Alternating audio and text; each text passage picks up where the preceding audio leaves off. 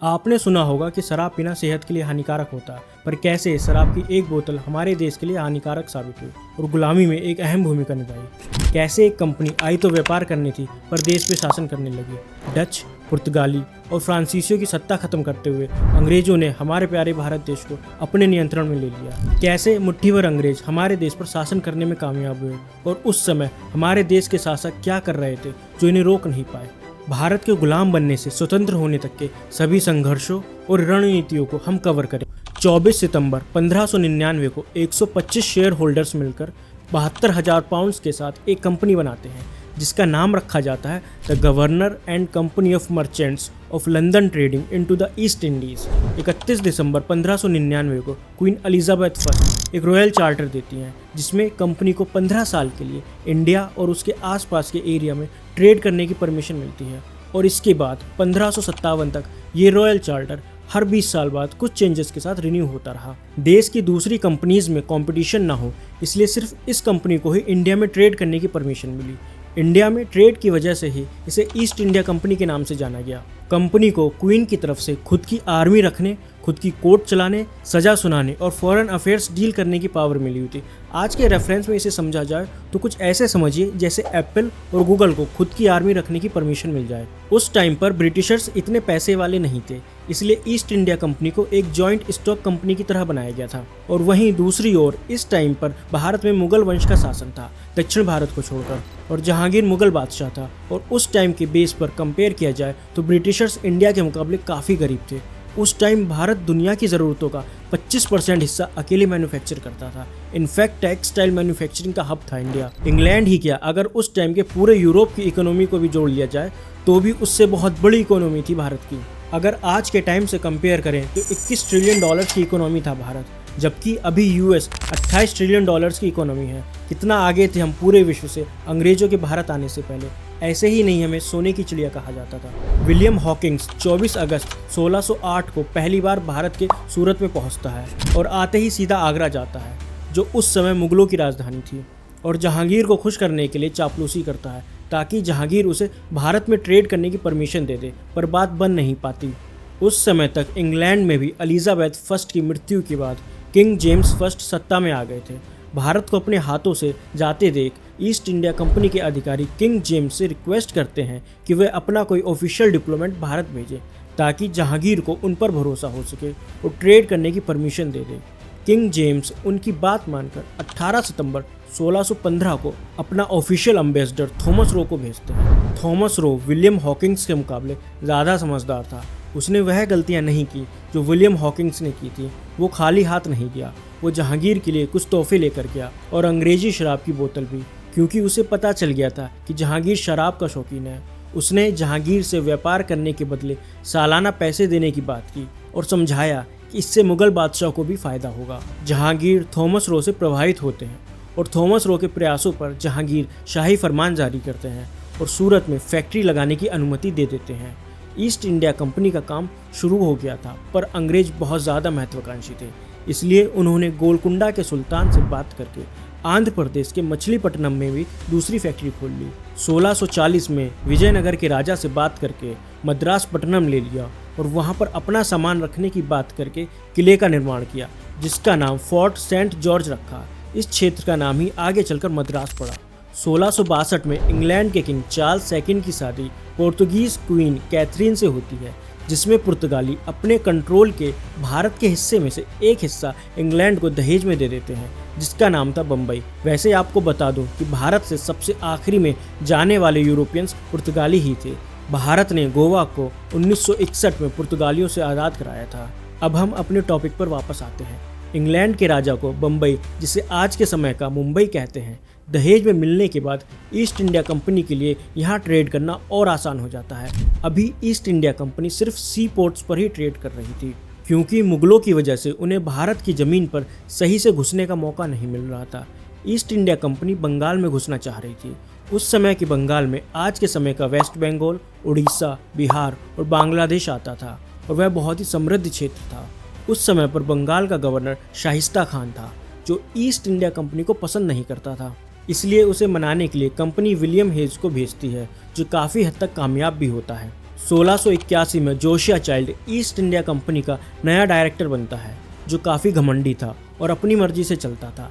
इस वजह से ईस्ट इंडिया कंपनी और बंगाल के गवर्नर में बिगड़ जाती है और वो टैक्स 2% से बढ़ाकर 3.5% कर देता है, जिस पर गुस्सा होकर 1686 में जोशिया चाइल्ड बंगाल पर हमला कर देता है। और ये पहली बार था जब अंग्रेजों ने कोई युद्ध शुरू किया था भारत में।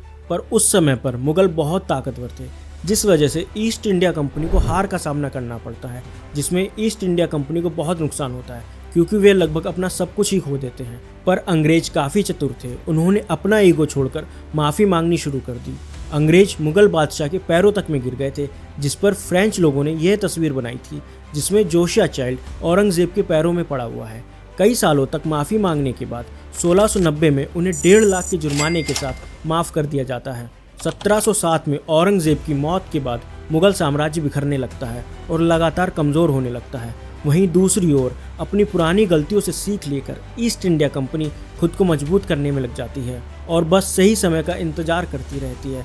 साल 1756 में बंगाल के नवाब अली वर्दी खां की मौत हो जाती है और सिराजुद्दौला नए नवाब बनते हैं। सिराजुद्दौला को ईस्ट इंडिया कंपनी से कुछ प्रॉब्लम्स थी, जिनमें से कुछ मेन प्रॉब्लम्स यह थी कि ईस्ट इंडिया कंपनी बंगाल में ट्रेड के नाम पर जगह जगह पर किलों का निर्माण कर रही थी, मुगल सम्राट को पैसे देकर नियमों का गलत तरीके से उपयोग कर रही थी और बंगाल के बागियों को अपने पास रख लेती थी।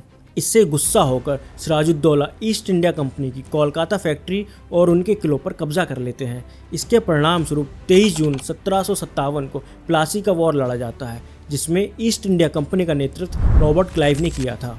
इस लड़ाई में सिराजुद्दौला के सेना कमांडर मीर जाफर ने बीच लड़ाई में ही सेना को पीछे खींच लिया था, क्योंकि लड़ाई से पहले ही रॉबर्ट क्लाइव मीर जाफर से मिलकर उसे बंगाल का अगला नवाब बनाने का वादा कर चुका था।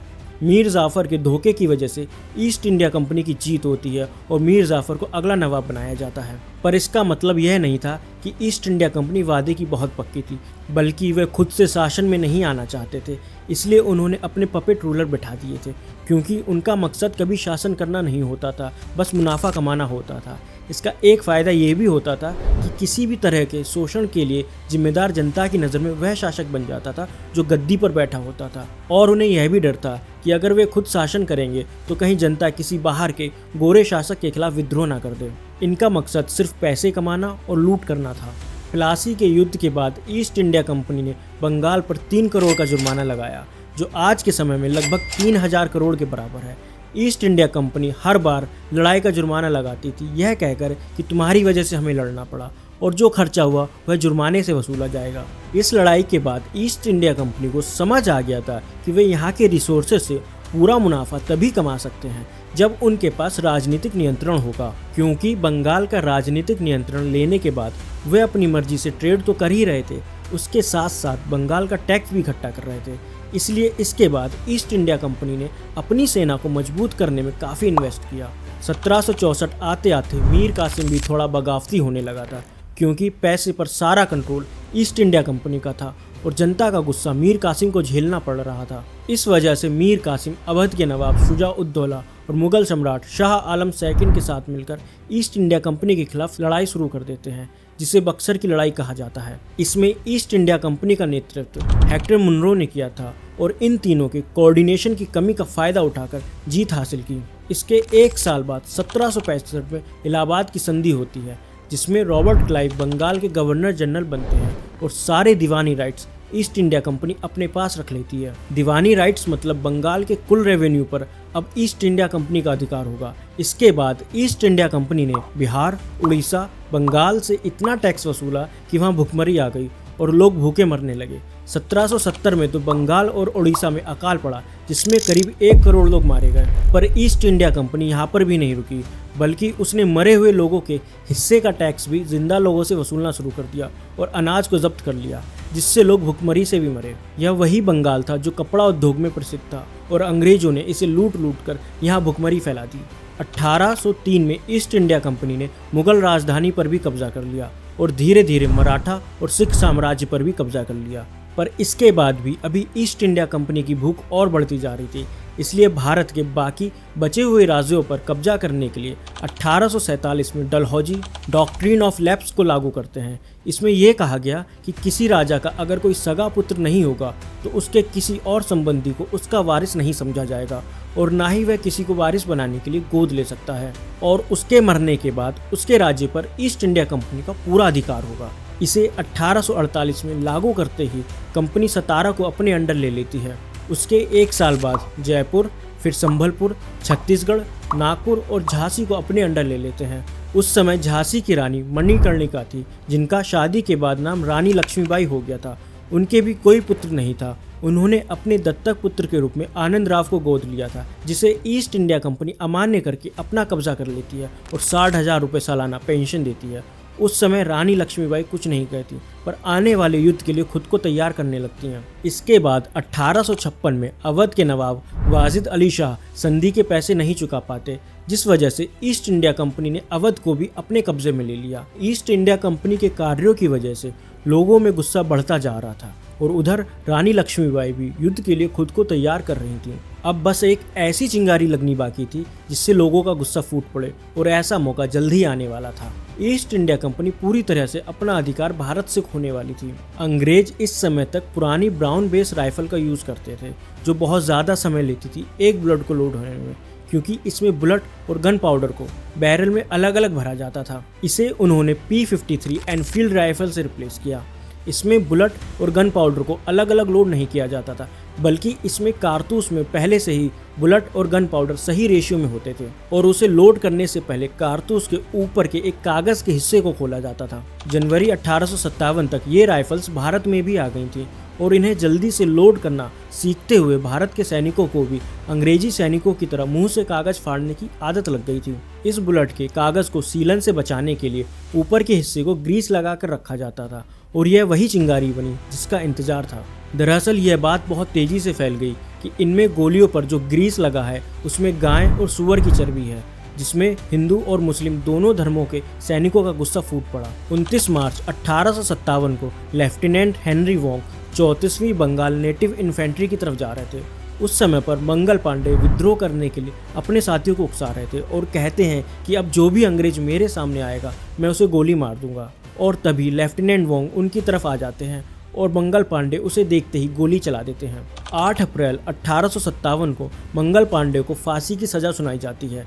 मंगल पांडे भारत के पहले शहीद थे जिन्होंने अंग्रेजों पर अकेले हमला कर दिया था, और धीरे धीरे यह बात पूरे देश में फैलने लगती है। अंबाला और लखनऊ के सैनिक भी कारतूस उपयोग करने से मना कर देते हैं। 24 अप्रैल 1857 में मेरठ में एक ड्रिल के दौरान 90 में से 85 सैनिक इन बुलेट्स को यूज करने से मना कर देते हैं, जिस पर गुस्सा कर अंग्रेजों ने खुले मैदान में उनका कोर्ट मार्शल कर दिया और उनकी बहुत बेइज्जती की। अंग्रेज इसे एक तरह की मिसाल बनाना चाहते थे, पर यहीं पर एक गलती हो जाती है। उन्होंने लिमिट क्रॉस कर दी थी और यहीं से अंग्रेजों के खिलाफ होने वाली पहली क्रांति की शुरुआत होती है। अगले दिन उन सैनिकों के बाकी साथी जेल में घुसकर सभी 85 सैनिकों के साथ साथ अन्य भारतीय कैदियों को भी रिहा कराकर जेल में आग लगा देते हैं, और 11 मई 1857 की सुबह दिल्ली में पहुंच जाते हैं और दिल्ली के भारतीय सैनिकों को अपने साथ मिलाकर ब्रिटिश ऑफिसर्स पर हमला करके दिल्ली को अपने कंट्रोल में ले लेते हैं और बहादुर शाह जफर से मिलकर उन्हें अपना लीडर घोषित करते हैं। मुगल बादशाह के साथ आ जाने से यह केवल एक सैनिक विद्रोह नहीं बल्कि एक राजनीतिक विद्रोह बन जाता है। बहादुर शाह जफर अन्य शासकों को पत्र लिखते हैं और साथ आने के लिए बोलते हैं, जिस वजह से 1857 की यह क्रांति एक आधिकारिक रूप ले लेती है और सीधा ईस्ट इंडिया कंपनी से लड़ाई समझी जाती है और पूरे भारत में विद्रोह शुरू हो जाते हैं। स्थिति इतनी बिगड़ जाती है कि ब्रिटिश क्राउन को दखल देना पड़ता है। इस क्रांति की वजह से भारत में ईस्ट इंडिया कंपनी का वर्चस्व खत्म हो जाता है। एक कंपनी जो व्यापार करने आई थी और फिर जिसने 100 साल तक शासन किया, उसका शासन खत्म हो जाता है, पर भारत को आज़ादी तब भी नहीं मिलती। 1757 में प्लासी के युद्ध से शुरू होकर 1857 में इस क्रांति में ईस्ट इंडिया कंपनी का शासन खत्म तो हो गया, पर अब शुरू होता है भारत में ब्रिटिश क्राउन का शासन, जो 1858 से 1947 तक चलता है। 2 अगस्त 1858 में यूके गवर्नमेंट पार्लियामेंट में गवर्नमेंट ऑफ इंडिया एक्ट 1858 पास करती है, जिसके इमीडिएट इफेक्ट से भारत में ईस्ट इंडिया कंपनी का रूल खत्म हो जाता है और ब्रिटिश क्राउन का रूल शुरू होता है। 1 नवंबर 1858 को इंडिया के first viceroy Canning queen Victoria की घोषणा को पढ़ते हैं और मैं आपको बताता चलूं कि ईस्ट इंडिया कंपनी के रूल में जो गवर्नर जनरल की पोस्ट होती थी, ब्रिटिश क्राउन के रूल में वह पोस्ट वायसराय की हो गई थी। तो इंडिया के लास्ट गवर्नर जनरल और फर्स्ट वायसराय केनिंग थे। अब धीरे धीरे कम्युनिकेशन मेथड्स डेवलप होने लगे थे, इंग्लिश एजुकेशन भी दी जाने लगी थी। वैसे कुछ लोग यह तर्क भी देते हैं कि अंग्रेजों ने भारत को रेल दी, एजुकेटेड बनाया, पर अगर इसको डीपली देखा जाए तो यह सब उन्होंने अपनी सुविधा के लिए किया था, ताकि उनको सामान को इधर से उधर ट्रांसपोर्ट करने में, इंडियन से काम करवाने में, ट्रेड करने में, या मैं ये कहूँ कि भारत को लूटने में ज़्यादा प्रॉब्लम ना आए। तो अब अपने टॉपिक की तरफ आते हैं। इस समय तक जो समृद्ध परिवार थे, वहाँ के लोग हायर एजुकेशन के लिए देश से बाहर जाने लगे थे, जहाँ उनको डेमोक्रेसी की नॉलेज हुई और अंग्रेजों का भेदभाव समझ में आने लगा था, और उन्होंने न्यूज़पेपर्स और मैगजीन्स के जरिए अपनी बात रखनी शुरू कर दी थी, जिस वजह से अंग्रेज वर्नाकुलर प्रेस एक्ट 1878 लेके आए।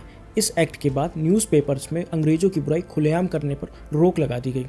आम जनता के अधिकारों को कम किया जा रहा था, जिससे लोगों में असंतोष होने लगा था। एलन ऑक्टेवियन ह्यूम एक ब्रिटिश अधिकारी था, जिसकी अपने सीनियर अधिकारियों, खास करके उस समय के वायसराय से नहीं बनती थी, जिस वजह से उसका डिमोशन कर दिया जाता है, जिस पर गुस्सा होकर वह रिटायरमेंट के बाद भारत में ही रुक जाता है और 1883 में भारतीयों की एक नेशनल पार्टी बनाने की कोशिश शुरू कर देता है, जिसके लिए वह कोलकाता यूनिवर्सिटी के ग्रेजुएट्स को एक लेटर भेजता है, जिसमें सभी बड़े लोगों को पार्टी की फॉर्मेशन के लिए इन्वाइट किया गया था। 28 दिसंबर 1885 को मुंबई के गोकुलदास तेजपाल संस्कृत कॉलेज में एक बैठक होती है, जिसमें पहली बार इंडियन नेशनल कांग्रेस अस्तित्व में आती है। इस मीटिंग को पूरे भारत से 69 इंडियंस और ए.ओ. ह्यूम के अलावा 2 अन्य ब्रिटिश अधिकारियों सहित कुल मिलाकर 72 लोग अटेंड करते हैं। इसमें 3P मतलब प्रेयर, प्रोटेस्ट और पिटीशन को कांग्रेस का वर्किंग मॉडल बनाया जाता है और यह तय होता है कि हर साल दिसंबर के महीने में एक मीटिंग हुआ करेगी, जिसमें आगे के फ्यूचर प्लान्स और स्ट्रेटजीज को डिस्कस किया करेंगे। शुरुआती दौर के कांग्रेसी नेताओं को मॉडरेट लीडर्स कहा गया, क्योंकि उनका मानना था कि अंग्रेज बुरे लोग नहीं हैं, वह बस भाषा और कल्चर अलग होने की वजह से भारतीयों की समस्याओं को समझ नहीं पा रहे हैं। अगर हम इनको अपनी समस्याएं समझाएंगे तो यह समझ जाएंगे। वैसे एक कॉन्स्पिरेसी थ्योरी यह भी है कि इंडियन नेशनल कांग्रेस का निर्माण अंग्रेजों की ही चाल थी, क्योंकि अंग्रेजों को 1857 के रिवोल्ट के बाद अंदाजा हो गया था कि भारतीय फिर से एकजुट होकर उन्हें देश से बाहर कर सकते हैं। इसलिए उन्होंने सोचा कि अपने ही किसी आदमी को उनके साथ मिला दिया जाए, जिससे उनकी विचारधारा को प्रभावित किया जा सके और उनके हर एक मूवमेंट को मॉनिटर किया जा सके। 1903 में viceroy Curzon divide and rule का फॉर्मूला लागू करना शुरू करते हैं। वास्तव में वे ब्रिटिश सरकार को सुझाव देते हैं कि भारतीयों की ताकत उनकी एकता में है, जिस पर हमें हमला करना बहुत ज़रूरी है। इसलिए वे बंगाल को हिंदू और मुस्लिम के आधार पर डिवाइड करने का प्रस्ताव देते हैं।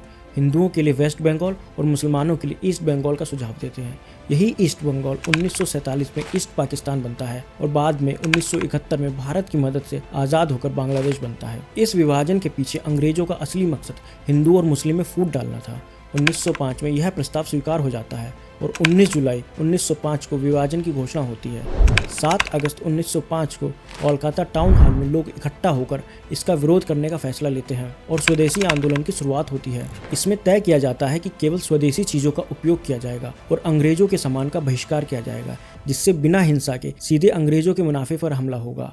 इस आंदोलन में रविन्द्रनाथ टैगोर का अमार सोनार बांग्ला और बंकिम चंद्र चटर्जी का वंदे मातरम इतना लोकप्रिय हो जाता है कि इस आंदोलन की पहचान बन जाता है। आगे चलकर वंदे मातरम आज़ाद भारत का नेशनल सॉन्ग और अमार सोनार बांग्ला आज़ाद बांग्लादेश का नेशनल एंथम बनता है। 16 अक्टूबर 1905 को बंगाल विभाजन लागू होता है, जिसे शोक दिवस के रूप में मनाया जाता है और रविन्द्रनाथ टैगोर के कहने पर हिंदू और मुस्लिम अपनी एकता दिखाने के लिए एक दूसरे को राखी बांधते हैं। वहीं दूसरी ओर कांग्रेस में 2 गुट बनने लगते हैं, जिन्हें नरम दल और गरम दल कहा गया। नरम दल में वो नेता आते थे जो कांग्रेस के 3P मॉडल पर विश्वास रखते थे, जबकि गरम दल में वो नेता आते थे जो एग्रेशन को सपोर्ट करते थे और कहते थे कि बिना एग्रेसिव हुए अपनी बात को पूरा नहीं करवाया जा सकता। बंगाल विभाजन के बाद दिसंबर 1905 में कांग्रेस का अधिवेशन होता है, जिसमें नरमपंथी नेता गोपाल कृष्ण गोखले बंगाल विभाजन का विरोध प्रस्ताव रखते हैं, पर उनके तरीकों से गरमपंथी नेता संतुष्ट नहीं होते और अपने विरोध को एग्रेसिव करने की बात करते हैं, पर ऐसा हो नहीं पाता और यहीं से कांग्रेस में फूट पड़नी शुरू हो जाती है। 1906 में कांग्रेस का कोलकाता अधिवेशन होता है, जिसमें पहली बार कांग्रेस के मन से दादा भाई नौरोजी ने स्वराज की मांग की थी। वहीं अंग्रेज कहीं ना कहीं कांग्रेस की गतिविधियों को मॉनिटर कर रहे थे और वे किसी तरह से चाहते थे कि कांग्रेस में फूट पड़ जाए और हिंदू मुस्लिम के बीच बड़ी फूट को और बढ़ाना चाहते थे। इसलिए 1 अक्टूबर 1906 को 35 भारतीय मुस्लिम और उनके नेता आगा खां शिमला में बुलाए जाते हैं और वायसराय मिंटो के साथ मीटिंग करवाई जाती है। इस मीटिंग में मुस्लिमों के अधिकार की बात होती है और मुस्लिम कहते हैं कि हमारे जो इलेक्टोरल अधिकार हैं वे भी अलग होने चाहिए ताकि मुस्लिम लोग भी सरकार में शामिल हो सकें। मीटिंग के अंदर वायसराय मुस्लिमों से कहते हैं कि ये सारी चीजें होंगी, लेकिन उससे पहले मैं आपको यह सुझाव दूंगा कि आप एक अलग पार्टी बना लें ताकि मुस्लिमों के हक के लिए अलग से बात उठाई जा सके। और अंग्रेजों की यह चाल काफ़ी अच्छे से काम करती है। दिसंबर 1906 को ढाका में मुस्लिम नेताओं द्वारा ऑल इंडिया मोमडन एजुकेशनल एनुअल कॉन्फ्रेंस आयोजित की जाती है और वहां पर ऑल इंडिया मुस्लिम लीग नाम से एक पार्टी बनाई जाती है जिसके पहले अध्यक्ष आगा खां बनते हैं। दिसंबर 1906 के कांग्रेस अधिवेशन में मोहम्मद अली जिन्ना भी कांग्रेस को ज्वाइन कर लेते हैं और नरमपंथी नेताओं के साथ मिलकर काम करते हैं। 1909 में हिंदू मुस्लिम विभाजन को बढ़ाने के लिए viceroy Minto secretary John Morley के साथ मिलकर इंडियन काउंसिल एक्ट 1909 लेकर आते हैं, जिसे मार्ले मिंटो सुधार भी कहा जाता है। इस एक्ट में सेपरेट इलेक्टोरेट के माध्यम से मुसलमानों के लिए सीटें रिजर्व कर दी जाती हैं। जिन मुस्लिम निर्वाचन क्षेत्रों को मुसलमानों के लिए आरक्षित किया गया था वहाँ के उम्मीदवार भी मुसलमान होंगे और वहाँ जो वोट डालेंगे वह भी केवल मुसलमान ही होंगे। इससे मुसलमान बहुत खुश हो गए थे। लेकिन आने वाले 2 सालों में विदेशी वस्तुओं के बहिष्कार, स्वदेशी आंदोलन और स्वराज की मांगों से ब्रिटिश सरकार पर बहुत दबाव बढ़ गया था। इस दबाव के कारण 1911 में बंगाल का जो विभाजन किया गया था उसे वापस ले लिया जाता है, क्योंकि अंग्रेजों को डर था कि अगर वे विभाजन वापस नहीं लेते तो 1857 जैसी स्थिति दोबारा हो सकती थी। इस निर्णय से मुस्लिम लीग बहुत नाराज हो गई थी और उनका ब्रिटिश सरकार पर से भरोसा उठ गया था। इसके बाद 1913 में मुस्लिम लीग के जो नेता थे वो जिन्ना पर दबाव डालते हैं कि वे मुस्लिम लीग ज्वाइन कर लें। जिन्ना कांग्रेस से इस्तीफा तो नहीं देते, लेकिन इसके साथ साथ मुस्लिम लीग भी ज्वाइन कर लेते हैं। इस तरह से वे दोनों पार्टियों के एक ही टाइम पर एक्टिव मेंबर बन जाते हैं। इसका यह फायदा होता है कि दिसंबर 1916 के लखनऊ अधिवेशन में जिन्ना मुस्लिम लीग और कांग्रेस दोनों में एक समझौता करवा देते हैं जिसे लखनऊ पैक्ट कहा जाता है। इसका मेन मोटो था कि ये दोनों पार्टियां मिलकर अंग्रेजों के खिलाफ स्वराज के लिए लड़ाई लड़ेंगी। 9 जनवरी 1915 को गांधी जी की भारत वापसी होती है। गांधी जी आते ही अपने मार्गदर्शक गोपाल कृष्ण गोखले से मिलकर भारत के स्वराज आंदोलन में शामिल होने का अनुरोध करते हैं। वैसे मैं आपको बताता चलूं कि अब तक सिर्फ स्वराज की बात हो रही थी, पूर्ण स्वतंत्रता की नहीं। नेताओं का मानना था कि वे अपना शासन खुद से करेंगे और अंग्रेजों को भी रहने देंगे। गांधी जी ने अब तक कांग्रेस ज्वाइन नहीं की थी, लेकिन दिसंबर 1916 के लखनऊ अधिवेशन को ज्वाइन किया था। यह कॉन्फ्रेंस 3 दिन चली थी। यहाँ पर गांधी जी से चंपारण बिहार के 2 किसान राजकुमार शुक्ला और संत राउत मिलते हैं और बताते हैं कि चंपारण में अंग्रेज उनसे जबरदस्ती नील की खेती करवा रहे हैं, जबकि वे ऐसा नहीं करना चाहते हैं। ये सब सुनने के बाद क्या होता है कि 15 अप्रैल 1917 को गांधी जी अपने वकीलों की टीम लेकर चंपारण पहुंचते हैं और वहां पहुंचकर घर घर जाकर लोगों के साथ हो रहे अन्याय की जानकारी लेते हैं और उन सभी चीजों को लिखित में दर्ज करते हैं। गांधी जी ने यहाँ वास्तव में क्या करवाया था कि उन्होंने लोगों को सत्याग्रह करने के लिए कहा था। यानी उन्होंने कहा था कि आप कोई भी हिंसा मत करो, बस जो अंग्रेज जबरदस्ती खेती करने को कह रहे हैं उससे मना कर दो, चाहे वो आपको मारे या पीटे, लेकिन आप इसके लिए मना कर दो। इससे पहले जितने भी कांग्रेस के नेता हो, फिर चाहे वो गर्म दल के नेता हो या फिर नरम दल के, वे अपने अपने तरीकों से कार्य कर रहे थे, लेकिन कोई भी जनता को सीधे तौर पर शामिल नहीं कर रहा था। पर पहली बार ऐसा हुआ था कि गांधी जी ने सीधे जनता को शामिल किया, जिसका बहुत बड़ा प्रभाव पड़ा। और जब अंग्रेज देखते हैं कि उनकी मारपीट, लाठी डंडों और किसी प्रकार के डराने धमकाने का लोगों पर कोई असर नहीं पड़ रहा है, तो वो हार मानकर 20 अप्रैल 1917 को अपने कानून वापस ले लेते हैं। इससे लोगों को पहली बार सत्याग्रह का प्रभाव दिखाई दिया। गांधी जी के इस तरीके से लोग बहुत प्रभावित हो रहे थे। इन सब घटनाओं के बीच कांग्रेस के कई गर्मपंथी नेताओं को गिरफ्तार किया जाने लगा। इस समस्या से निपटने के लिए जस्टिस सिडनी रॉलेट के नेतृत्व में एक समिति बनी। 18 मार्च 1919 को एक एक्ट लाया गया जिसे रॉलेट एक्ट कहा गया। इस एक्ट में 2 मुख्य प्रावधान किए गए थे। पहला ये कि यदि कोई व्यक्ति वायलेंट एक्टिविटीज में इन्वॉल्व पाया जाता है तो उसे बिना कोर्ट में ले जाए सीधे 2 साल की सजा दी जा सकती है। और दूसरा ये कि अगर ब्रिटिश सरकार के खिलाफ कोई न्यूज़पेपर या मैगजीन घर में पाया जाता है तो उसे रखने के लिए भी देशद्रोही मानकर गिरफ्तार किया जा सकता है। इस एक्ट का विरोध करने के लिए मदन मोहन मालवीय और जिन्ना ने इंपीरियल लेजिस्लेटिव काउंसिल से इस्तीफा दे दिया। यह एक्ट पूरी तरह से मनमानी और गुंडा राज के रूप में देखा गया। इसे ऐसा समझो कि अगर पुलिस किसी को उठाकर लेके जाती है तो वो अकेले वकील के माध्यम से या कोर्ट में जाकर अपील तक नहीं कर सकता। इसे लोगों ने ना अपील, ना दलील, ना वकील वाला काला कानून कहा। इस अन्याय के खिलाफ गांधी जी ने 6 अप्रैल 1919 को सत्याग्रह शुरू किया। लोगों ने हड़ताल की, भूखे रहे और इस आंदोलन में आम लोग भी शामिल हुए। पहली बार राष्ट्रीय मुद्दों में आम लोग शामिल हो रहे थे। पंजाब में भी बड़े पैमानों पर इसका विरोध हो रहा था। इस विरोध के कारण अंग्रेजों ने पंजाब में मिलिट्री बुलानी शुरू कर दी, क्योंकि उन्हें डर था कि कहीं पंजाब में भीड़ बहुत अधिक इकट्ठा हो गई और अगर हिंसा हुई तो वो पहले से ही तैयार रहे। पंजाब में 2 कांग्रेसी नेता डॉक्टर सैफुद्दीन और डॉक्टर सत्यपाल इस सत्याग्रह का नेतृत्व कर रहे थे। 9 अप्रैल 1919 को जनरल डायर ने डॉक्टर सैफुद्दीन और डॉक्टर सत्यपाल को बात करने के लिए कहकर बुलाया और धोखे से गिरफ्तार कर लिया। और जैसे ही ये गिरफ्तारी की खबर फैलती है तो आम लोग बहुत ही ज्यादा भड़क जाते हैं। सब लोग मिलकर निर्णय लेते हैं कि 13 अप्रैल जिस दिन वैसाखी भी थी, सब लोग जलियांवाला बाग में इकट्ठा होंगे और वहां पर अपना विरोध करेंगे। और यह सूचना 12 अप्रैल 1919 को जनरल डायर तक पहुंच जाती है और वो क्या करता है कि पब्लिक गैदरिंग को पूरी तरह से बैन कर देता है। लेकिन यह खबर फैलने में समय लगता है, इसलिए इतनी जल्दी सभी को इस बैन के बारे में पता नहीं चल पाता। और 13 अप्रैल 1919 को करीब 10,000 से ज्यादा लोग जलियांवाला बाग में पहुंच जाते हैं। जलियांवाला बाग में एक ही एंट्री गेट था और वहां पर जनरल डायर अपने सिपाहियों के साथ खड़ा हो जाता है और गोलीबारी शुरू करवा देता है। सरकारी आंकड़ों के अनुसार 400 से ज्यादा जाने गई थी, लेकिन स्थानीय लोगों के अनुसार यह संख्या 1200 से भी अधिक थी। इस घटना की खबर पूरे देश में फैल गई, बल्कि देश के बाहर भी इस घटना का बड़ा असर हुआ। गांधी जी इस घटना को सुनकर बहुत हताश हुए और 18 अप्रैल 1919 को उन्होंने इस सत्याग्रह को रोक दिया। सत्याग्रह तो रोक दिया गया था, लेकिन इस घटना से अंग्रेजों के बुरे समय की शुरुआत हो गई थी। इस घटना को लेकर हर तरफ से अंग्रेजों पर बहुत दबाव था और इस मामले की जांच के लिए उन्होंने एक आयोग का गठन किया। पर ये एक जांच नहीं, बस एक दिखावा था, क्योंकि पूरी जांच होने के बाद भी जनरल डायर के खिलाफ कोई कार्रवाई नहीं की गई, बल्कि हाउस ऑफ लॉर्ड्स ने उन्हें देशभक्त के रूप में पेश किया। जनरल डायर को उसके पद से हटा दिया गया और यूके भेज दिया गया, यह कहकर कि उसे सुरक्षा के कारण भेजा जा रहा है। वहाँ की आम जनता ने भी जनरल डायर के लिए 26,000 पाउंड का फंड इकट्ठा करके उसे दिया। इन सभी घटनाओं के बाद जब इंसाफ नहीं मिला तो भारत में लोग बहुत गुस्से में आ गए और इसी टाइम पर गांधी जी मुस्लिम ग्रुप जो थे उनसे जाकर बात करते हैं और उनको भी ब्रिटिशर्स के अगेंस्ट अपने साथ में ले आते हैं और कहते हैं कि आप हमारे साथ मिलकर नॉन कोऑपरेटिव मूवमेंट करो, मतलब कि अंग्रेजों के साथ कोई कोऑपरेशन नहीं करना है। कुछ दिन के बाद कांग्रेस भी इसमें जुड़ जाती है और अब यह वह टाइम था जब इंडिया के अंदर ब्रिटिशर्स के अगेंस्ट सब एकजुट होना शुरू हो गए थे और इस पूरे नॉन कोऑपरेटिव मूवमेंट को गांधी जी लीड कर रहे थे। इस नॉन कोऑपरेटिव मूवमेंट की पहली डिमांड थी स्वराज, मतलब कि सेल्फ रूल। अच्छा, अभी तक यह बात नहीं हो रही थी कि पूर्ण स्वराज चाहिए, अभी सिर्फ इक्वालिटी और खुद के अपने रूल्स रेगुलेशन चलाने की बात हो रही थी। लेकिन इस सब के बीच जिन्ना ज्यादा खुश नहीं थे, क्योंकि उनकी कई सारी चीजें पूरी नहीं हो रही थी। तो यह सब देखकर जिन्ना कांग्रेस से रिजाइन दे देते हैं। अच्छा, अब ये जो नॉन कोऑपरेटिव मूवमेंट था इसका इम्पैक्ट धीरे धीरे बढ़ रहा था। तो दिसंबर 1921 आते आते गवर्नमेंट ने प्रेस और पब्लिक मीटिंग पर बैन लगा दिया। तो ऐसे ही 4 फरवरी 1922 को यूपी के गोरखपुर में चोरा चोरी नाम की एक जगह थी, जहाँ पर नॉन कोऑपरेशन में प्रोटेस्ट हो रहे थे और नारे लग रहे थे अंग्रेजों के खिलाफ। अब ऐसे में होता क्या है कि जो लोकल दरोगा था उसने लाठी चार्ज स्टार्ट कर दी और इधर से भीड़ ने भी पत्थर फेंकना स्टार्ट कर दिया। तो फिर पुलिस वाले पुलिस स्टेशन में घुस जाते हैं और भीड़ गुस्से में पूरे पुलिस स्टेशन में आग लगा देती है और 22 पुलिस वालों की जान चली जाती है।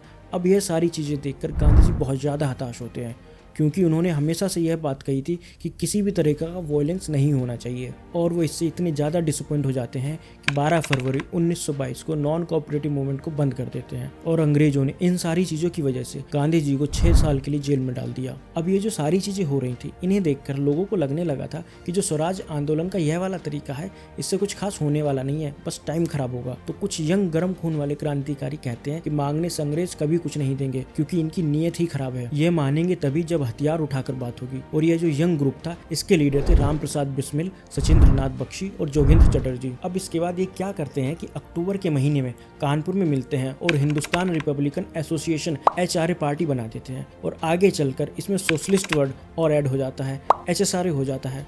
फिर यह पार्टी इंडिया के अंदर जितनी भी यंग जनरेशन थी उनको अंग्रेजों के खिलाफ हथियार उठाने के लिए इंस्पायर करती है और जगह जगह पर उन्होंने अटैक मूवमेंट स्टार्ट कर दिए और अंग्रेजों को काफी भारी नुकसान हो रहा था। लेकिन उनको धीरे धीरे यह रियलाइज हो गया था कि अगर असली लड़ाई लड़नी है तो हथियार और पैसा चाहिए होगा। अब उन्हें खबर मिलती है कि 9 अगस्त 1925 को एक ट्रेन शाहजहांपुर से लखनऊ जाएगी और रेलवे स्टेशन पर जो पैसा कलेक्ट होता है वह सारा का सारा पैसा उसी ट्रेन में होगा, जिसको अंग्रेज गवर्नमेंट के खजाने में डालेंगे। और जैसे ही उनको ये खबर मिलती है, ये लोग इस खजाने को लूटने की प्लानिंग स्टार्ट कर देते हैं ताकि इसमें से पैसा लूट के हथियार खरीदे जा सके। ये लोग यंग 20 से 25 क्रांतिकारियों की टीम बनाते हैं और मेन प्लानिंग इसमें करते हैं राजेंद्र लाहिरी। 20-25 लोगों की जो टीम बनी थी इसमें थे राम प्रसाद बिस्मिल, अशफाक उल्ला खां, ठाकुर रोशन सिंह, चंद्रशेखर आजाद, सचिंद्र नाथ सान्याल। अब इसके बाद डेट आती है 9 अगस्त 1925 और प्लान के हिसाब से यह लोग काकोरी स्टेशन के पास ट्रेन की चैन खींच देते हैं। ट्रेन के अंदर 4,601 रुपए थे, उसको ये लोग लूट लेते हैं और लूटते टाइम एक पैसेंजर को भी गोली लग जाती है और उसकी जान चली जाती है। अब ये जो सारा इंसिडेंट हुआ था उसको काकोरी ट्रेन डकैती या काकोरी कांड भी बोला जाता है। पूरा का पूरा मामला अंग्रेजों ने CID ऑफिसर्स को दे दिया था और इन्वेस्टिगेशन पूरी होने के बाद सितंबर 1925 तक 40 यंग क्रांतिकारी अरेस्ट होते हैं। बाकी अशफाक उल्लाह खां और सचिंद्र नाथ बख्शी को 1 साल बाद पकड़ पाते हैं, लेकिन चंद्रशेखर आज़ाद को तब भी नहीं पकड़ पाते और फिर चंद्रशेखर आज़ाद HRA यानी कि हिंदुस्तान रिपब्लिकन एसोसिएशन को चलाते हैं। इसके बाद मई 1926 को स्पेशल सेशन कोर्ट में इनके ट्रायल होते हैं और फिर 6 अप्रैल 1927 को फैसला सुनाया जाता है जिसमें राम प्रसाद बिस्मिल, ठाकुर रोशन सिंह, राजेंद्र लाहरी और अशफाक उल्लाह खां को फांसी की सज़ा सुना दी जाती है। अब जो ब्रिटिश गवर्नमेंट होती है वो क्या करती है कि जॉन साइमन को बुलाती है और कहती है कि जो गवर्नमेंट ऑफ इंडिया एक्ट 1919 है उसमें थोड़े रिफॉर्म लाने की ज़रूरत है। अपने कंट्रोल में करने के लिए सारी चीज़ें की जा रही थी। अब क्योंकि जॉन साइमन इस पूरे कमीशन के चेयरमैन बनकर हेड कर रहे थे, इसलिए इसको साइमन कमीशन बोला जाता था और जानबूझकर एक भी इंडियन कमीशन में नहीं रखा गया था। अब ये सारी चीज़ें देखकर इंडियन लीडर्स बहुत ही ज़्यादा भड़क जाते हैं कि इंडिया का फ्यूचर आप डिसाइड कर रहे हो, वो भी बिना इंडियन से कंसल्ट किए। यह किस तरीके का जस्टिस हो रहा है हमारे साथ। और उसी टाइम पर दिसंबर का महीना भी चल रहा था, तो कांग्रेस का जो अधिवेशन था वो भी होना था। तो इस अधिवेशन में यह डिसाइड होता है कि साइमन कमीशन का पूरे तरीके से बहिष्कार किया जाएगा और गर्म दल के नेता हों या नरम दल के नेता हों, सारे के सारे एक दूसरे से एग्री कर रहे थे इस चीज़ को लेकर। अब 3 फरवरी 1928 को साइमन कमीशन इंडिया के अंदर आते ही भीड़ इसका काले झंडे लेकर विरोध करती है और नारे लगाती है कि साइमन गो बैक। अब यहाँ पर पंजाब के अंदर साइमन कमीशन का जो विरोध था उसको लाला लाजपत राय लीड कर रहे थे। तो 30 अक्टूबर 1928 को एक बार फिर से जब साइमन कमीशन का विरोध होता है तब एक पुलिस ऑफिसर स्कॉट और उसके कुछ साथी मिलकर लाठी चार्ज कर देते हैं और जो स्कॉट होता है वो क्या करता है कि वो खुद लाला लाजपत राय जी के ऊपर बहुत ही ज़्यादा बुरी तरीके से लाठी चार्ज करता है। लाला लाजपत राय बहुत ही ज़्यादा गंभीर तरीके से घायल हो जाते हैं और कहते हैं कि मेरे शरीर पर जो लाठी लगी है वो ब्रिटिश सरकार की ताबूत पर आखिरी कील साबित होगी। और इसके बाद 17 नवंबर 1928 को इलाज के दौरान लाला लाजपत राय जी का देहांत हो जाता है। अब उनकी मौत से सारा का सारा इंडिया गुस्से से लाल हो जाता है और इस पूरी चीज़ का बदला लेना था और इसका बदला लेने के लिए आगे आते हैं भगत सिंह और चंद्रशेखर आज़ाद। जब चंद्रशेखर आज़ाद को यह खबर मिलती है कि लाला लाजपत राय जी की मौत हुई है तो वह बहुत ही ज़्यादा गुस्से में आ जाते हैं और फिर भगत सिंह, सुखदेव और राजगुरु इनके साथ में आ जाते हैं। वह डिसाइड करते हैं कि स्कॉट को मारा जाएगा और पूरा प्लान बनाते हैं। फिर 17 दिसंबर 1928 को इस प्लान को इम्प्लीमेंट करने की कोशिश करते हैं, लेकिन गलती से भगत सिंह स्कॉट की जगह पर असिस्टेंट सुपरिटेंडेंट सैंडर्स को मार देते हैं। अब यहाँ से भगत सिंह अंडरग्राउंड हो जाते हैं और वहीं दूसरी ओर जो कांग्रेस का अगला अधिवेशन होना था वो 29 दिसंबर 1929 को होता है। इसमें जवाहरलाल नेहरू प्रेसिडेंट होते हैं और वो डिसाइड करते हैं कि इंडिया को पूर्ण स्वराज चाहिए। अब यहाँ पर भगत सिंह जो थे वो चाहते थे कि जो हमारी बात है वो गवर्नमेंट तक पहुँचे और गवर्नमेंट को एक संदेश देना चाहते थे कि इस तरह की लड़ाई आगे भी चलने वाली है। अब ऐसे में भगत सिंह क्या करते हैं कि वो बटुकेश्वर दत्त के साथ मिलकर असेंबली में बम फेंकने का प्लान बनाते हैं और बम फेंकने के बाद भी वहाँ भागने की कोशिश नहीं करते क्योंकि वह चाहते थे कि वह गवर्नमेंट से अपना पूरा पॉइंट रखें और इसके साथ साथ वह अपनी आवाज़ आम जनता तक भी पहुँचाना चाहते थे।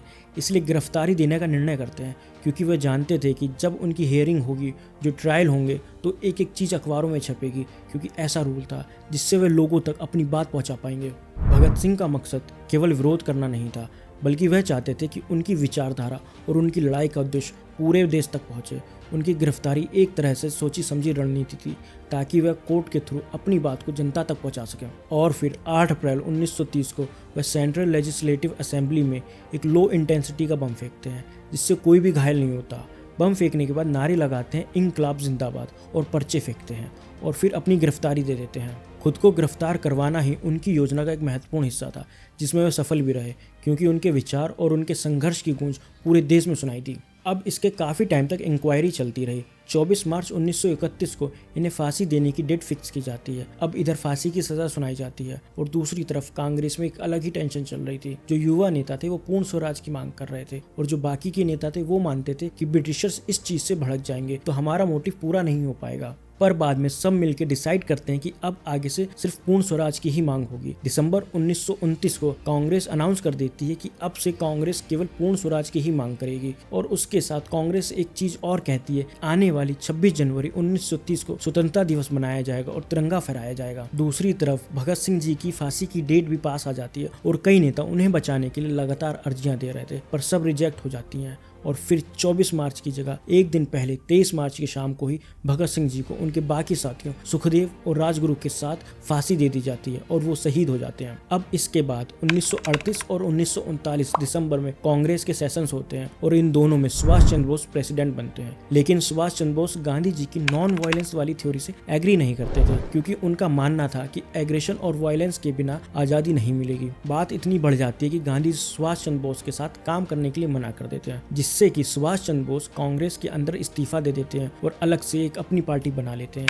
All India forward block. अब उस समय पर ही यानी कि सितंबर 1939 में सेकेंड वर्ल्ड वॉर शुरू हो जाती है, जिसमें लिनलिथ को किसी भारतीय नेता के बिना पूछे डिक्लेयर कर देते हैं कि इस वॉर में जर्मनी के खिलाफ भारत हमारे साथ है। इससे कांग्रेस के नेता काफी गुस्सा हो जाते हैं कि भारत के लिए जो उन्होंने कहा वो गलत बोला है, और जब बात ज्यादा बढ़ जाती है तो लिनलिथ को 8 अक्टूबर 1940 को एक प्रपोजल भी देते हैं कि आप जो जो डिमांड कर रहे हैं भारत के लिए, हम आपकी सारी बातें मान लेंगे, बस एक चीज का आपको ख्याल रखना होगा कि ये सारी चीजें एप्लीकेबल होंगी सेकेंड वर्ल्ड वॉर खत्म होने के बाद। लेकिन कांग्रेस को इनकी बात पर कॉन्फिडेंस नहीं आ रहा था, तो इस प्रपोजल को रिजेक्ट कर देते हैं। लेकिन ब्रिटिशर्स को भारत की नीड बहुत ज्यादा थी। ब्रिटिशर्स यहाँ तक कह देते हैं कि भारत को हम डोमिनियन स्टेटस दे देंगे, बस वॉर खत्म होने तक का वेट करना होगा, बस इस वॉर में हमारा साथ दीजिए। लेकिन भारतीय नेताओं को डोमिनियन स्टेटस में कोई इंटरेस्ट नहीं था, उन्हें चाहिए थी पूर्ण स्वतंत्रता। अंग्रेजों के लिए हर तरफ से चीजें खराब होना शुरू हो जाती हैं। उधर सुभाष चंद्र बोस अफगानिस्तान और रूस के रास्ते होते हुए दिसंबर 1941 को जर्मनी के पास पहुंचते हैं। जब सुभाष चंद्र बोस जर्मनी पहुंचते हैं तो वहां पर सब उन्हें नेताजी नाम से बुलाते हैं